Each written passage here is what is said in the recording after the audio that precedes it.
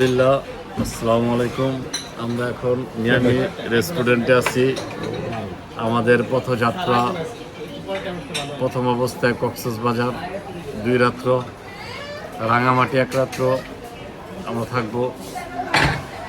আমাদের সফর সঙ্গী আমাদের প্রিয় মেহেদি ভাই, সোয়েব ভাই, এই মুক্তার ভাই, সুমন ভাই, তারপর বাইরে কি আমাদের আরেকটা বড় ভাই আছে। আমাদের 6 জনের একটা সফর টিম। সবাই দোয়া করবেন আমাদের জন্য।